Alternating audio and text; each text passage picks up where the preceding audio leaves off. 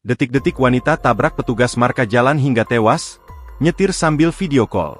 Satuan Lalu Lintas, Satlantas, Polresta Pekanbaru, Riau, akhirnya mengungkap pelaku tabrak lari yang mengakibatkan petugas marka jalan, Mas Rial, tewas. Kepala Satuan Lalu Lintas, Kasatlantas, Polresta Pekanbaru, AKP Satrio Wicaksana mengatakan, pelaku adalah seorang wanita berinisial SH. Pelaku diketahui seorang penjual pakaian online, dan tinggal di rumah kontrakan di Jalan Durian, Pekanbaru. SH ditangkap pada Rabu, 28 Januari 2026, sekitar pukul 2.55 WIB, di rumah kontrakannya. Polisi juga menemukan mobil Toyota Rise B 1557 RKM yang dikendarai pelaku saat menabrak korban. Pelaku SH telah ditetapkan sebagai tersangka dan ditahan di tahanan Polresta Pekanbaru, kata Satrio saat diwawancarai wartawan di Pekanbaru, Kamis, 29 Januari 2026. Berdasarkan hasil pemeriksaan, kecelakaan terjadi gara-gara SH mengemudi mobil sambil video call dengan temannya. Sebelum terjadi kecelakaan, pelaku mengaku sempat melihat ada orang yang sedang membuat marka jalan, dengan jarak sekitar 15 meter. Tersangka video call saat mengemudi, sehingga pandangannya mengarah ke bawah.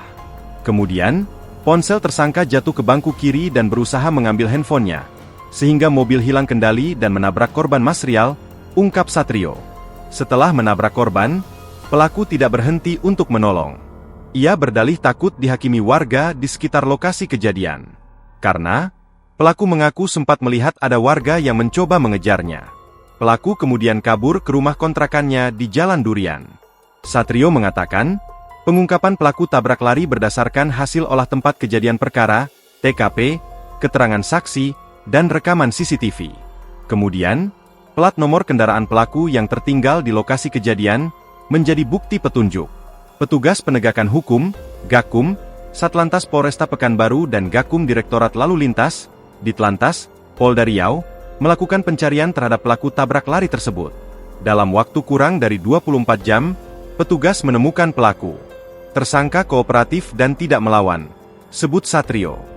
Untuk memperkuat dugaan penyebab kecelakaan tersebut, polisi melakukan tes urin, hasilnya negatif.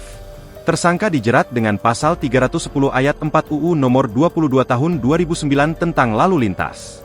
Ancaman hukuman 6 tahun penjara dan denda 12 juta rupiah. Download Tribun X sekarang. Menghadirkan lokal menjadi Indonesia.